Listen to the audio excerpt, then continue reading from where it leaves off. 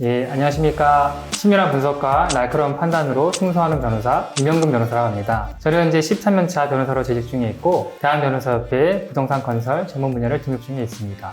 오늘 이렇게 영상으로 여러분들을 만나 뵙게 된 이유는 최근 2, 3년 내에 부동산 시장이 굉장히 화랑기였습니다. 불장이라고 하는데, 그러다 보니까 매매계약을 체결하고 나서 매도인이 변심해가지고 매매계약을 파기하는 사례가 많이 있었고, 그에 대한 법률 상담 사례가 많이 있었습니다. 그런데 조금의 법률 지식만 있으면은 손해를 보지 않을 수 있었음에도 그걸 몰라서 손해를 보는 경우가 많이 발생했고, 이런 부분에 대해서 제가 팁을 드리고자 영상을 촬영하게 되었습니다.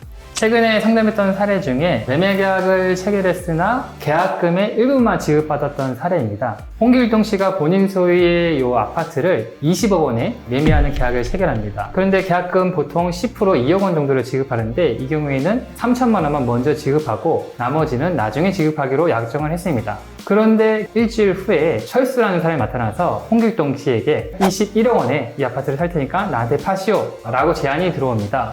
홍길동 씨 입장에서는 계약만 하면은 1억 원의 추가 이익이 생기는 거고, 그 3천만 원의 배액인 6천만 원을 지급해도 4천만 원의 이익이 남는 상황이었습니다. 이 경우에 3천의 배액인 6천만 지급하고 계약을 파기하면 되는가요? 네, 여러분들 어떻게 생각하십니까?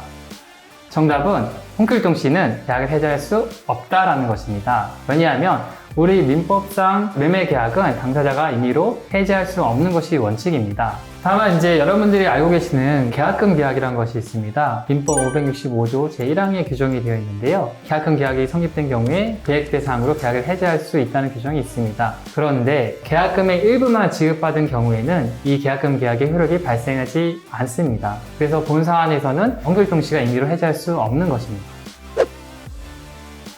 이게 있습니다. 매매계약 할 당시에 홍길동 씨가 특약으로 계약금의 일부 금액의 배액 배상으로 해지할 수 있다. 이 조항을 넣어두면은 이 특약이 우선하기 때문에 이 조항에 따라서 해지할 수 있습니다. 네, 그런 경우에 우리 변호사들이 이제 활동해야 할 때가 된 거죠. 일단 매수인 입장에서는 매매계약상에 본인이 행해야 할 의무가 있습니다. 잔금의 이행 조건까지 의무를 이행하고 나서 상대방이 이미 이행을 안 하기 때문에 부동산을 처분금지 가처분 법원에 신청해서 그 결정을 받고 동시에 소유권 이전등기 청구 소송을 해가지고 법원의 판결에 따라서 매매계약대로 목적물의 소유권을 취득할 수 있습니다.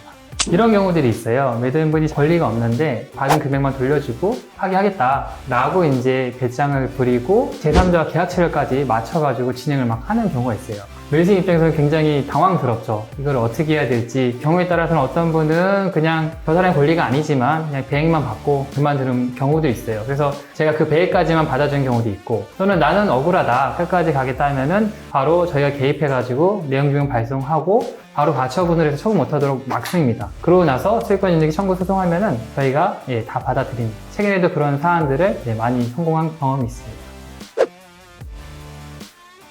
이제 매매계약 분쟁에 있어서는 이게 타이밍이라는 게 굉장히 중요합니다. 이 매매계약 이행 과정에서 매도인이 저렇게 나오니까 나도 내 의무 이행 안 할래 라고 하면서 서로 이렇게 옥신각신하는 경우에는 그 원인 제공을 매도인이 했지만 매수인도 자기 의무 이행을 안 하고 있는 거기 때문에 둘 다 채무 불이행 상태에 있습니다. 저한테 이제 자문이 들어오면은 매수인으로서 행할 의무를 이제 다 준비하시고 중개사의 확인서를 받고 증거를 다 남기고 나면 완벽한 이제 증거가 됩니다. 매수인은 자기 의무의 이행정을 다 했다. 근데 매도인은 억지 주장을 하면서 채무 불이행 상태다. 그럼 법원에서 판단하기가 너무나 깔끔하게 결정을 내려주는 것이죠. 한번 이런 경우 있습니다. 저희가 소송을 진행하니까 상담원 변호사가 연락이 왔습니다. 아무리 판단해도 우리가 진행계획이 확실하다 해가지고 임의로 넘겨줄 테니까 소송 비용만 부담하지 않도록 합시다. 그러면 저희는 7, 8개월 걸릴 소송 1, 2개월에 끝내버리고 이러한 경우들이 있듯이 사건이 망가져서 오는 경우가 있습니다. 저쪽이 잘못했지만 우리 쪽도 귀책 사유라든지 이런 과실 부분이 있는 그런 상황에서는 소송에서 굉장히 이제 난장판이 되는 거죠, 서로.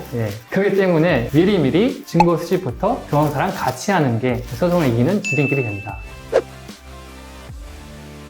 오늘 사례에서 보았듯이 법률 지식에 대한 팁, 변호사가 짚어주는 그런 부분들만 잘 알고 계셔도 매매계약할 때 억울한 손해를 당하지 않게 됩니다.